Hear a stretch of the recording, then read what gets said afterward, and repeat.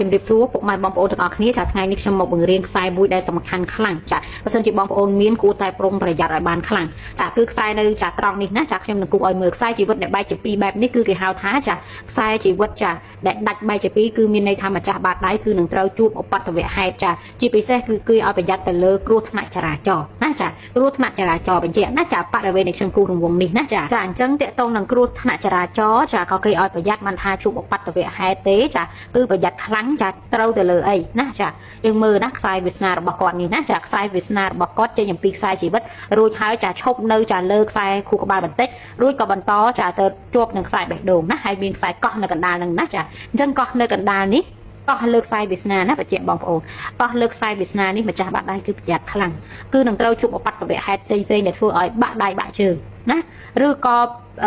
បញ្ហាពិការភាពណាមួយដែលអាចប្រកបការងារនៅក្នុងអាយុនឹងបានណាចាហើយចង់ដឹងថាមានហើយជួបក្នុងអាយុប្រហែលនេះចារាប់ទៅលើខ្សែជីវិតខ្ញុំធ្លាប់បង្រៀនហើយណាតាត្រង់នេះចា20ចា30 40 50 60 ចា75ណាចាអាយុខៃរបស់មនុស្សយើងបច្ចុប្បន្នគឺ75ណាកុំច្រឡំថា8ថា9អូទៅដល់89មិនត្រូវទេណាចាអញ្ចឹងចាយើងរាប់មើលទៅណាចាកន្លែងដែលបែកជាពីរនេះគឺចាត្រង់ចាក្នុង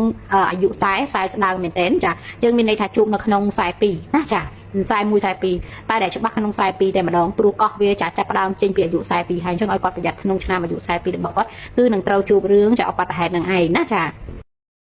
ជំរាបសួរពុកម៉ែបងប្អូនទាំងអស់គ្នាចាថ្ងៃនេះខ្ញុំមកឆ្លើយអំពី comment ដែលគាត់ comment សួរនេះណាចាគាត់ចង់ដឹងអំពីចាកោះនៅគល់នៃខ្សែគូក្បាលណាចានេះចាខ្សែគូក្បាលនេះចាបរិវេណនេះគឺសិតតែចាជាកោះទាំងអស់ណាចាជាកោះទាំងអស់នៅលើចានៃគល់ខ្សែគូក្បាលរបស់គាត់នេះចាអញ្ចឹងបងប្អូនចំណាំមើលឲ្យតែមូលដូចជាច្រវាក់ជួបគ្នាហ្នឹងគេហៅកោះហើយណានៅលើខ្សែគូក្បាលនេះអ្នកដែលមានកោះនៅលើខ្សែគូក្បាលនេះចាយើងពិនិត្យមើលខ្សែគូក្បាលរបស់គាត់សិតតែខូចណាចាខូចដោយចាមានចាអុចខ្មៅបែបនេះណាចាអុចខ្មៅបែបនេះចាខាងចុងនេះក៏អុចខ្មៅដែរចាអុចខ្មៅបែបនេះគឺមានន័យថាគឺខ្សែខួរក្បាលនោះគឺចុះកំសោយនៃការគិតណាចាមានន័យថាចាគឺគាត់គិតមិនបានវែងឆ្ងាយទេណាចា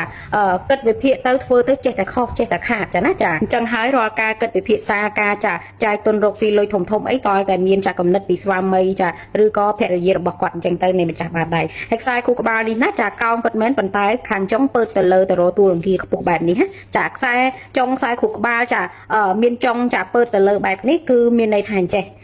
អ្នកនឹងនៅពេលដែលចូលវ័យកាន់តែចាស់គឺកាន់តែឆាប់អន់ចិត្តណាចាយើងមើលខ្សែចិត្តរបស់គាត់ឃើញទេកោះច្រវាក់ច្រើនអញ្ចឹងអ្នកដែលចាឆាប់អន់ចិត្តបែបនេះបើចាស់ទៅគេហៅថាចាស់ដែលគិតច្រើនចាស់ដែលងច្រើនជាដើមណាចាអាហ្នឹងគឺអញ្ចឹងតែបើគាត់ងច្រើនក៏មិនខុសដែរយើងមើលខ្សែនេះណាចាខ្សែកន្លែងចាទ្របសម្បត្តិនេះហើយជាមួយនឹងចាក្រោមនៃទួលពុតនេះគឺគាត់មានខ្សែពឹងកូនបានណាចាហើយគាត់ចាមានខ្សែវាសនាចាបែកចេញជាត្រីសូលទទួលសារនេះទៀតអញ្ចឹងមានន័យថាចាគឺនៅវ័យចាស់គាត់អត់ពិបាករឿងលុយកាក់ទេហើយគាត់មានកូនដែលល្អអាចពឹងពាក់បណ្ឌិតអាស្រ័យមើលថែគាត់បានយ៉ាងល្អទៀតផងណាចា